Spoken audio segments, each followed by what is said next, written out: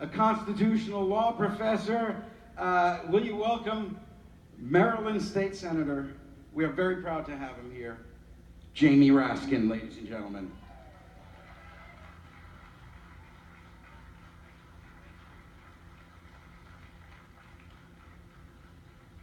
Well, hello, Reason Rally. I'm here as a true blue Democrat, but I know we've gathered thousands of people from different political persuasions, so I thought I would start on a bipartisan note by invoking our last great Republican president, Abraham Lincoln, who spoke of government of the people, by the people, and for the people. Lincoln, the great emancipator who watches over us today from up there, and would be applauding each and every one of you for coming to defend reason in politics, was vilified as an infidel, an atheist, and a heathen. Why? Because he refused to join the church and he hated slavery. Because he opposed the Mexican-American War and debunked the false pretexts for it. Because he loved Shakespeare and the theater. Because he fought the Mormon church over polygamy and opposed every religious doctrine that oppressed human beings, and because he was a lawyer who believed in secular reason and moral engagement as the catalysts for progress. That's right, he was the kind of Republican who would never make it out of the Iowa caucuses today.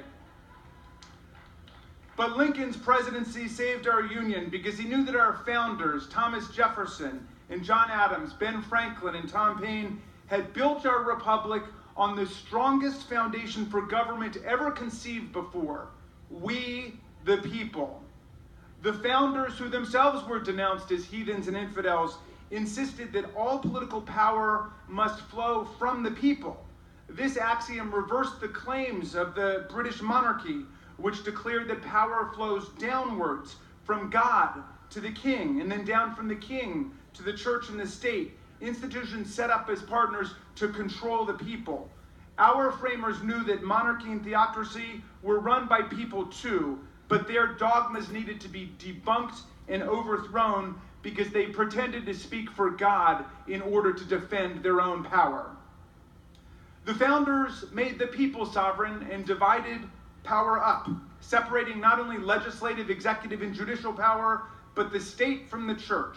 Jefferson argued a wall of separation was necessary to ensure that government would operate on reason, not dogma, and religion would rest on faith, not coercion. This was the breakthrough. The founders liberated government from the tyranny of religion and religion from the tyranny of government.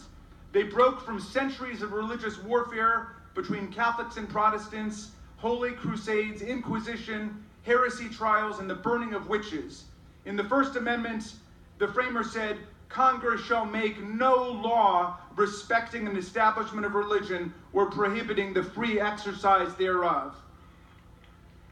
And they guaranteed the freedoms of speech and assembly, which we exercise so joyfully today. And in Article 6, they said, there shall be no religious tests for public office.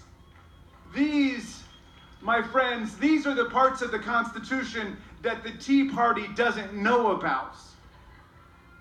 We became the world's first democratic republic, governed not by kings and their hand-picked churches, but by common sense in the age of reason, the title of Tom Paine's two best-selling polemics. And over the centuries, common sense has progressed and prevailed over the practices of unreason and injustice that were embedded from the start, like slavery and white supremacy, like patriarchy and plutocracy. But power concedes nothing without a demand, as that great Marylander and Washingtonian Frederick Douglass said, and so change has required profound and never-ending political struggle.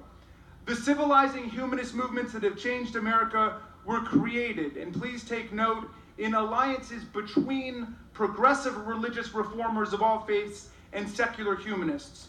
They worked together to advance equality, freedom, tolerance, and justice. Pragmatists all, they were not interested in interrogating each other's private faith, but in acting on a common public faith that America belongs to all of us, and we should judge people not by their religious identities, but by the character of their public actions.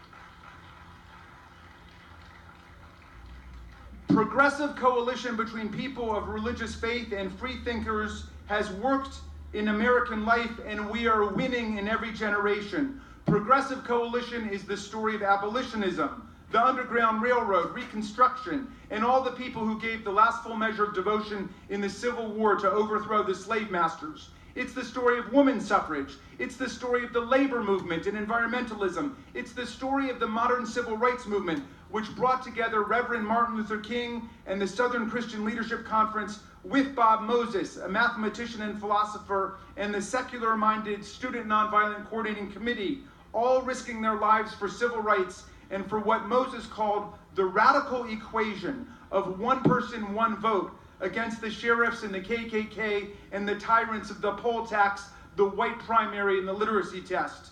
In 1963, they stood right here where we stand today and drew upon the best ideas, the best rhetoric, music, and culture of both religion and secular democracy to open America up to all of its people. It's also the story of the fight to end compulsory religious prayers in public schools, a fight waged by Catholic, Jewish, Mormon, Jehovah's Witness, and atheist families, along with the ACLU and Americans United for Separation of Church and State. To this day, right-wing forces blame the so-called moral downfall of America on the Supreme Court's ban on prayer in the public schools. But the Supreme Court never banned prayer in the public schools. It only banned officially compulsory prayer in the public schools, which is why I like to say, as long as there are pop math quizzes, there will be prayer in the public schools. Anyone can pray whenever he or she wants, but the principal and the teachers cannot set up an official prayer regime. And I hope Progressive Coalition will be the story of our own time too, because we face big problems that require both people of religious faith and secular humanists to come together to solve. We face titanic forces of unreason and fanaticism blocking our path. Never before have science, common sense, and enlightenment values been more urgently necessary. Every scientific authority on Earth tells us that we are experiencing dramatic human-caused climate change, rising sea levels, melting glaciers, polar bear walruses disappearing, coral reefs vanishing, hundreds of thousands of acres of wildfire in Alaska, in California, record heat, record drought, mosquitoes and dragonflies in the North Pole, water wars, oil. This is a civilizational emergency. But there are industries committed to denial and political leaders who never of their own volition utter the words climate change. Like me, I do. For me, it's like electoral pornography. I can't get enough of it. I'm always watching to see if any of them will raise climate change on their own, and none of them ever does. And if they're asked about it, their response is uniform. I don't know, they say.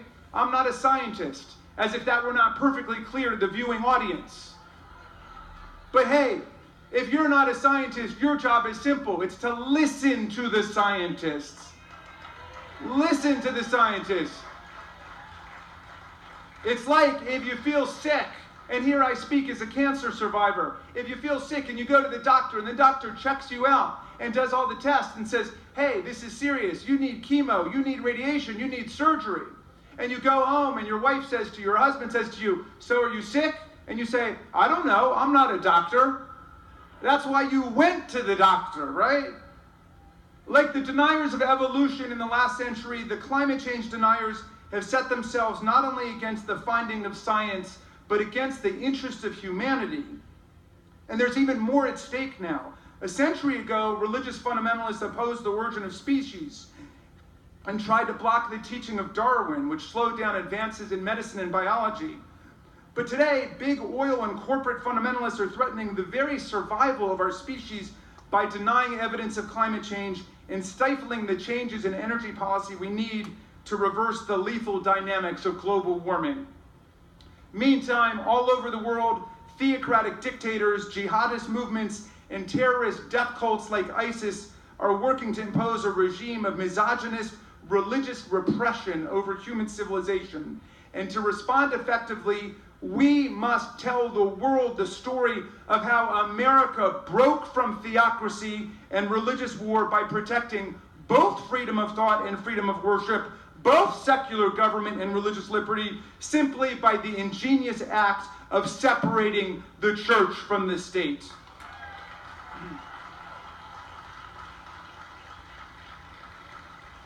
But instead, religious fanatics and militarists at home, playing into the hands of religious fanatics and militarists abroad, seek to create a global holy war between Christianity and Islam. Jingoistic politicians propose to ban Muslims from our country, ignoring not only the principles of free exercise and equal protection, but the fact that the vast majority of Muslims are not terrorists, and that actual terrorists of whatever religious creed will be smart enough to check a different box on their visa applications once we inscribe a principle of discrimination into our immigration laws.